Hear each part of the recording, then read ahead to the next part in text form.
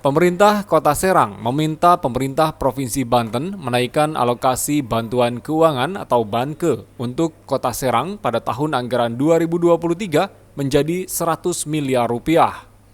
Harapan itu disampaikan Wali Kota Serang Syafruddin kepada anggota DPRD Provinsi Banten, daerah pemilihan Kota Serang, saat menggelar reses masa persidangan ke-1 tahun sidang 2022-2023 di ruang kerjanya di Pusat Pemerintahan Kota Serang, Kecamatan Cipocok Jaya, Kota Serang, Kamis 3 November 2022.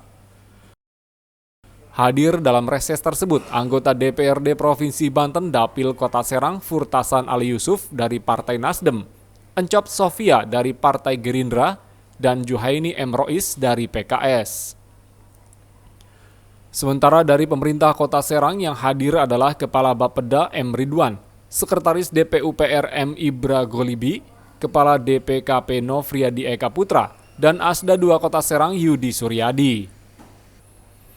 Dalam reses tersebut, Wali Kota Syafruddin mengungkapkan Kota Serang adalah ibu kota Provinsi Banten sehingga semestinya mendapatkan perlakuan istimewa dari pemerintah Provinsi Banten, terutama terkait bantuan keuangan.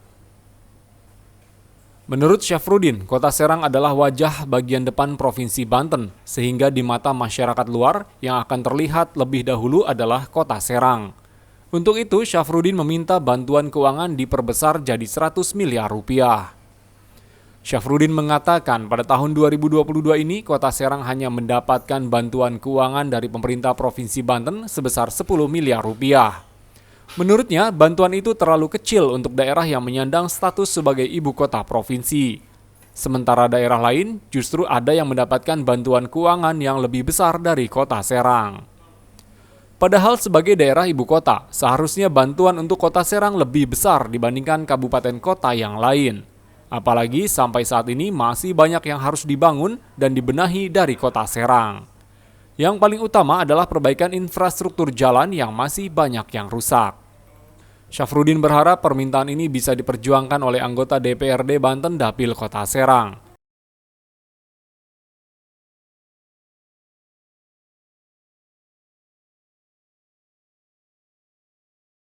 Dan alhamdulillah tadi sudah berjalan lancar. Yang pertama, beliau-beliau ini sudah reses ke masyarakat Kota Serang. Artinya menerima aspirasi dari masyarakat Kota Serang kaitannya dengan pembangunan Kota Serang. Jadi keluhan-keluhan warga sudah disampaikan dan keluhannya sudah disampaikan juga ke pemerintah Kota Serang. Banyak permintaan kami ini bisa dibawa ke provinsi dan direalisasi.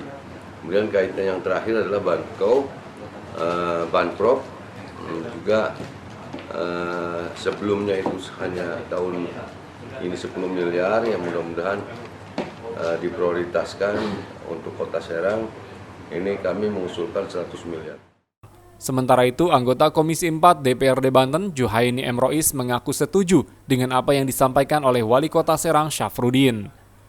Menurut Juhaini, sudah sepantasnya status Kota Serang sebagai ibu kota Provinsi Banten mendapatkan perhatian khusus dari pemerintah Provinsi Banten.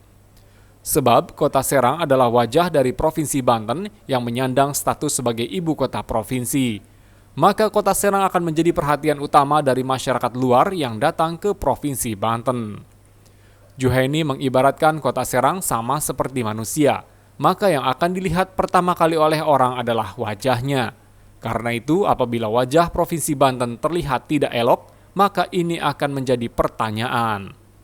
Untuk itu, Juhaini yang mewakili anggota DPRD Banten Dapil Kota Serang berjanji akan berusaha dan meminta PJ Gubernur Banten mengalokasikan bantuan keuangan untuk Kota Serang dalam jumlah besar. Tidak seperti tahun 2022 ini yang hanya mendapatkan 10 miliar rupiah.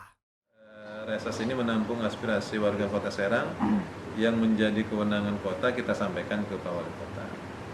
Nah, ketika menjadi kewenangan provinsi, Pak Wali dan jajaran menyampaikan ke kita, nanti kita juga akan sampaikan ke Pemprov Banten. Mudah-mudahan ini sinergi yang baik untuk kebaikan warga Kota Serang. Harus lebih cantik dari yang lain, mestinya anggarannya juga lebih besar. Jadi begitu.